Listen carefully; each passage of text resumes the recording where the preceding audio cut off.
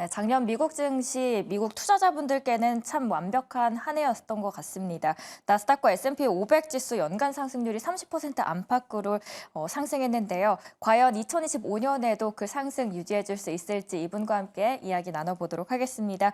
오늘은 KCGI 자산운용의 목대균 총괄 대표 함께합니다. 대표님 안녕하세요. 예, 안녕하세요. 네, 오프닝에서 저희가 말씀드렸던 것처럼 네. 작년에 나스닥과 S&P 500 지수 연간 상승률이 30% 안팎을 기록했습니다. 그래서 올해도 이 상승 유지해 줄 수 있을까 참 궁금합니다. 직접 또 작년에 미국 빅테크들 탐방도 다녀오셨잖아요. 네네. 그 현장의 이야기들도 쏙쏙 듣고 싶은데 봤을 때 올해도 그 상승 유지해 줄 수 있을까요? 예, 올해도 뭐 상승은 가능하다라고 생각은 하고 있습니다. 그러나 뭐 통상적인 한 10%의 조정은 일어날 수 있지 않을까 좀 생각합니다. 뭐 미국 증시 전반적으로 봤을 경우에 상승을 보게 되면 이익 증가와 그 다음에 이익 증가에 기반한 배수의 그 함수라고 좀 생각을 하고 있습니다. 이익 증가 먼저 좀 살펴보게 되면 지금 미국 경제 성장률을 봤을 경우에는 한 2% 정도 초반 정도가 나옵니다. 초중반 정도가 나오는데 이는 G7 선진국 중에서 가장 높은 경제 성장률을 보이고 있다라고 좀 말씀을 드리고 싶습니다. 경제 성장률은 견고하고 이익 증가율은 한 10% 정도 월스트리트에서 예상을 좀 하고 있습니다. 이 10% 정도는 다른 이머징이나 아시아 국가의 기업 이익 성장률하고 거의 비슷한 상황이라고 좀 볼 수 있을 것 같습니다. 뭐 이익은 견조한데 뭐 오히려 좀 실망을 안겨줄 수 있지 않을까 조금 우려를 하고 있습니다. 그리고 두 번째 말씀드렸던 게 중요한데요. PR, 그리고 이 기업 이익 배수로 봤을 경우에는 조금 문제가 있습니다. 지금 현재 통상적으로 미국은 역사적으로 봤을 때 18배 정도의 배수에서 움직였었는데요. 지금은 한 22배, 23배 정도에서 움직이고 있습니다. 역사적으로 봤을 경우에 조금 높은 수준에서 거래가 되고 있다고 볼 수 있습니다. 다른 지표들, 뭐 PBR로 봤을 경우에, 그리고 뭐 실러 PE로 봤을 경우에, 그리고 워렌 버핏 인덱스로 봤을 경우에도 미국 증시는 지금 고평가 영역에 좀 존재한다라고 볼 수 있습니다. 이 이익 배수는 저희가 봤을 경우에는 금리의 변수인데요. 금리가 상승하거나 향후에 금리 방향성이 조금 위로 잡을 경우에는 조금 이익 배수 측면에서는 더 이상 상승할 수 없는 제한적인 모습을 좀 보일 수밖에 없습니다. 그렇게 될 경우에는 기업 이익이 미국 증시의 그 상승은 기업 이익에 기반해야 되는데요. 이런 점에서 기업 이익에 기반한 상승은 가능해 보인다라고 말씀을 드렸습니다. 그렇지만 뭐 PR 배수가 조금 금리 상승으로 좀 흔들리게 될 경우에는 조정은 좀 통상적으로 일어날 수 있을지 않을까 저희는 좀 걱정을 조금 하고 있습니다. 10%의 조정은 올해 나올 수 있겠다라고 말씀을 해주셨습니다. 그 조정에 영향을 줄 수 있는 게 관세 같습니다. 네. 트럼프 2기 출범이 다가오고 있고 그 안에서 관세를 더욱더 강하게 부과하겠다라는 이야기들이 나오고 있습니다. 그렇기 때문에 국내 증시도 영향을 안 받을 수 없는데요. 앞으로 올해의 국내 증시 관세 영향은 어떻게 될까요? 그 트럼프 일기 때를 조금 살펴보게 되면 트럼프의 경제학이 있습니다. 관세를 인상하게 되게 되면 인플레이션이 높아지게 되고 인플레이션이 높아지게 되면 그에 따라서 금리가 상승하게 되고 강달러를 유발한다는 고금리 강달러의 그 논리가 트럼프 경제학의 핵심이었습니다. 트럼프 일기 때도 이러한 그 우려감이 있었습니다. 지금 뭐 앞으로 있을 1월 달에 이제 조만간 취임하실 예정인데요. 똑같은 정책 기조는 똑같다라고 볼 수 있습니다. 뭐 그 중국의 관세를 인상했었고요. 많은 나라의 그 철강이나 알루미늄에 대한 관세를 조금 인상을 했었습니다. 그러나 실제 트럼프 일기 때의 움직임을 보게 되면 금리는 하락했고요. 달러 가치 또한 하락했습니다. 결과적으로 관세를 인상하다 보니까 미국 제조업에 부정적인 영향을 미쳤었고, 그리고 중국의 대응으로 인해서 농산물에 대해서 관세가 높아지다 보니까 미국 농업에 대해서 악영향을 미쳤습니다. 결과적으로 관세 인상도 중간에 한 20% 중반에서 마무리되는 수순을 밝혔기 때문에 금리와 달러 가치가 모두 하락하는 모습을 보여주었습니다. 이 트럼프의 경제학, 고금리 강달러가 이제 실현화 안 된다고 하면 그 영향은 제한적일 수밖에 없다라고 생각합니다.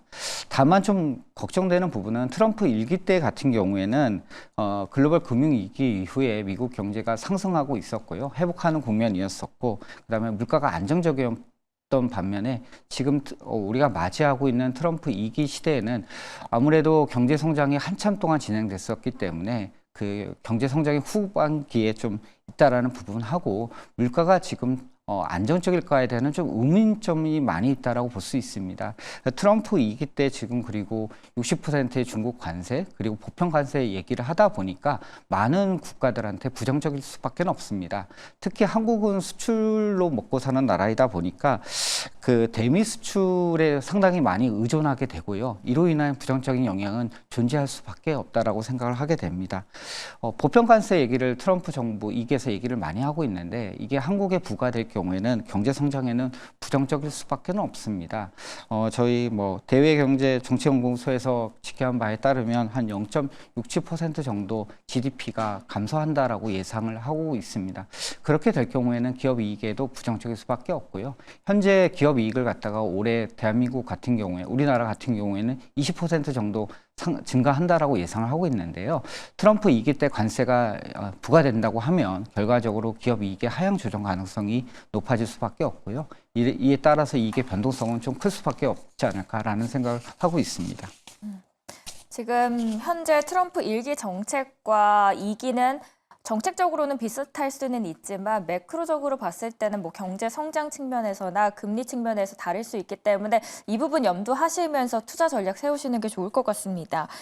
그 다음은 고환율입니다. 고환율 때문에 코스피 굉장히 많이 휘청이고 있는데 오히려 가격 매력을 바탕으로 해서 반등할 가능성은 어떻게 보시나요? 예, 앞서 말씀드렸듯이 증시 방향성은 기업 이익과 그다음에 거기에 대한 이익 배수의 함수라고 조금 말씀을 드렸습니다. 단기적으로 봤을 때는 뭐 지수는 수급과 이제 심리에 작용을 많이 합니다. 환율이 상승하다 보면 심리는 부정적일 수밖에 없고요. 외국인 투자자 입장에서 봤을 경우에는 굳이 한국에 투자를 해야 될까? 자기가 투자했던 자산의 가격이 하락하고 있기 때문에 수급적인 측면에서는 부정적일 수밖에 없습니다. 작년도 하반기 때 우리는 그 환율이 상승하는 국면에서 외국인 투자자들이 한국 증시를 떠나는 모습에서 그렇게 수급적으로 부정적인 모습을 조금 봤다라고 볼 수밖에 없습니다. 지금 워낙 그 한국 증시가 저평가돼서 거래가 되고 있습니다. 예전에 코로나 사태 이후에 가장 저평가된 모습을 조금 보여주고 있습니다. 그러면 이런 가운데 어떻게 한국 증시는 매력이 증가할 수 있을까? 결국 경기가 기업 이익에서 찾아야 될 수밖에 없다라고 생각을 하게 됩니다. 경기 측면에서 봤을 경우에는 원달러 지금 환율이 상승하게 될 경우에는 일부 수출 기업들한테는 긍정적일 수 있습니다. 그러나 우리나라 같은 경우에는 원자재를 수입해서 이걸 가공해서 수출하는 무역 구조를 가지고 있기 때문에 당장 원달러가 상승하게 된다라고 하게 되면 이는 수출 기업들한테 부담으로 작용할 수밖에 없습니다. 수출 원달러 환율이 10% 상승할 경우에 대기업 이익으로 봤을 경우에는 한 마이너스 0.3% 정도 영업이익률이 하락하는 모습을 좀 보여주고 있습니다. 이런 측면에서 숫자로도 나타나지만 기업 이익에는 상당히 부정적일 수밖에 없고요.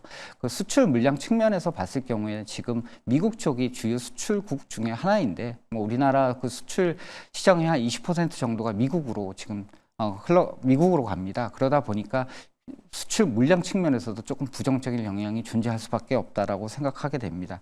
이렇게 되게 되면 그 수출 측면에서는 부정적일 수밖에 없고요. 내수에 조금 의존해야 되는데 요새 내수 경기가 워낙 안 좋다 보니까 한국 정부가 재정 정책을 좀 적극적으로 활용할 필요가 있지 않을까라는 생각을 조금 하고 있습니다. 자, 2025년 그렇다면 이런 전체적인 상황을 고려했을 때 어떤 섹터를 봐야 될지 고민이 됩니다. 예.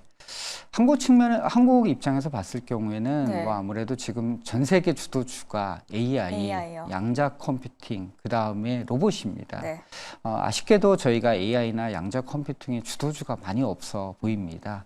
만약에 있다라고 하면 이런 기업들에 투자하는 게 가장 매력적이지 않을까라는 생각을 합니다. 성장 측면에서는 당연히 이제 글로벌 주도주와 같이 개를 맞이해야 된다고 생각합니다. 투자하는 입장에서 그런 종목들이 없다 보니까 이게 가시성이 높고 그 성장 가능성이 높은 섹터나 기업들한테 투자를 많이 해야 되는데요. 그런 산업을 좀 보게 되면 지금 대표적으로 얘기가 나오고 있는 곳이 산업재입니다. 조선, 방산, 그리고 전력 설비이고요. 이런 쪽은 미국발 설비 투자, 자본 지출의 함수에 영향을 많이 받기 때문에 미국이 향후에 투자를 많이 받아서 설비를 증설한다고 하면 대한민국 입장에서 봤을 경우에는 이런 업종들이 수혜를 받을 수밖에 없다라고 좀 생각을 하고 있습니다. 뭐 조선 같은 경우는 워낙 요새 유명해가지고 더 이상 말씀 안 드려도 될 것 같고요. 저희가 방어적인 입장에서 봤을 경우에는 헬스케어와 그 다음에 금융주를 갖다가 조금 고민을 해볼 수밖에 없습니다. 헬스케어 같은 경우에는 바이오텍 경쟁률들이 많이 올라와서요. 글로벌로 봤을 경우에 빅파머드로 라이센싱 아웃을 갖다가 많이 하고 있습니다. 그리고 금융주 같은 경우에는 아무래도 작년에 뭐 지금 조금 약화됐지만 밸류업에 대한 기대감이 아직까지는 살아있다라고 생각하고 있고 증시가 선진화 방향으로 가게 될 경우에 이런 그 가능성은 높아진다라고 볼 수 있습니다. 조금 방어적인 측면에서 조금 많이 말씀을 드렸던 것 같은데요. 결국의 핵심은 지수 방향성의 핵심은 반도체 업종이 언제 살아남을지가 가장 핵심이라고 생각하고 있습니다. 그래서 일부 지금 그 글로벌 주도주에 투자하는 가운데 그 방어주를 글로벌 주도주에 투자하고 방어주, 내수주에 투자하는 가운데 저희의 그 주력 산업인 반도체가 살아날 걸 갖다가 기다리는 게 현명한 투자 전략이 되지 않을까 생각하고 있습니다. 주력 산업인 반도체가 살아나는 게 좋겠다라고 하셨는데 반도체 대장주 하면은 삼성전자, SK 하이닉스 있습니다. 삼성전자가 올해 쭉 내려갔습니다. 많은 이들의 가슴을 아프게 했는데 10만 전자 기대를 했던 분들은 4만 전자 다시 올까 걱정하시는 분들 많거든요. 네네. 올해 어떻게 보시나요? 작년도 하반기에 거의 40%에 달하는 조정을 조금 보여주었습니다. 네. 그 메모리 쪽 그 업황을 조금 살펴볼 필요가 있다라고 생각을 합니다. 일단 설비 증가, 캐파 증가를 지금 봤을 경우에는 중국의 설비 증가가 상당히 무섭습니다. 수익을 갖다가 창출하고 있는 부분은 레거시 반도체라고 레거시 디램 부분인데요. 이런 쪽에서의 중국의 설비 증가가 워낙 무섭다 보니까 결국에 수요 증가율을 갖다가 올해 상회할 가능성이 저희는 좀 높다라고 생각합니다. 수요 증가는 일반적으로 PC나 그다음 모바일에 좀 기반하고 있는데 이런 쪽의 수요는 생각보다 약한 모습을 좀 보여주고 있습니다. 그러다 보니까 레거시 디램 쪽 관련해서 가격이 작년도 하반기에 하락하기를 시작했고요. 올해도 뭐 상승할 모멘텀은 상반기에는 찾기 어렵지 않을까라는 생각을 좀 하고 있습니다. 일반적으로 말씀드렸던 레거시 디램, 범용 디램에 대해서는 조금 그 아웃룩, 전망이 그렇게 썩 좋지는 않다라는 생각을 하고 있습니다. HBM에 대해서 얘기를 많이 하게 되는데 삼성전자 입장에서 봤을 경우에 매출의 한 10% 정도가 HBM입니다. HBM은 결국에 AI 수요에 조금 기반하게 있고요. 2023년부터 26년까지의 설비 증가율은 100%에 달하고 있습니다. 당연히 고성장을 하고 있는 부분이고 그러다 보니까 삼성전자, 하이닉스도 이런 쪽에 많이 기대를 하고 있습니다. 다만 좀 아쉬운 부분은 그 삼성전자 같은 경우에는 속도나 전력 소비 면에서 특성이 생각보다 많이 안 나오고 있습니다. 그러다 보니까 엔비디아에서 아직 공급을 갖다가 제대로 못하고 있는 상황이고 하이닉스 중심의 지금 현재 독주가 HBM에서 유지가 되고 있습니다. HBM이 빨리 성장해야 될 텐데 좀 고민이 많습니다. 지금 앞서 말씀드렸던 범용 디램, 레거시 디램 같은 경우에는 유통시장 재고가 지금 생각보다 높은 상황입니다. 이 재고를 갖다 조금 해소해야 되는 문제도 같이 결부되어 있습니다. 지금 통상적으로 한 16주 정도 재고를 가지고 있었는데 이제는 거의 1년 정도 재고를 쌓아놓고 있는 상황이라서 재고를 갖다가 해소하는 과정이 좀 필요하고 이러다 보면 아무래도 기간이 필요하다는 생각을 좀 할 수밖에 없습니다. 과거에 통상적으로 디램 사이클은 1.5년에서 2년 정도 됐었는데요. 2023년부터 지금 조정 업사이클이 시작됐고 2025년 상반기부터 다운 사이클이 시작된 모습입니다. 예, 그런 점을 좀 유념해 주셨으면 좋겠습니다. 네, 삼성전자 10만 전자 가는 날 올해 기대를 그래도 해보도록 하겠습니다. 지금까지 KCGI 자산운용의 목대균 총괄대표와 함께 이야기 나눴습니다. 오늘도 좋은 말씀 고맙습니다. 예, 감사합니다. 저는 오늘을 끝으로 4년 동안의 새벽 방송을 마칩니다. 매일 새벽 가장 먼저 여러분께 인사드릴 수 있어서 참 행복한 시간이었습니다. 4년 동안 아낌없는 응원과 사랑 보내주신 시청자 여러분 덕분에 버틸 수 있었고 성장할 수 있었습니다. 비록 오늘이 새벽에서 보내드리는 마지막 인사이지만 여러분의 하루를 여는 따뜻한 기억으로 오래 간직하도록 하겠습니다. 그동안 함께해 주신 여러분 고맙습니다.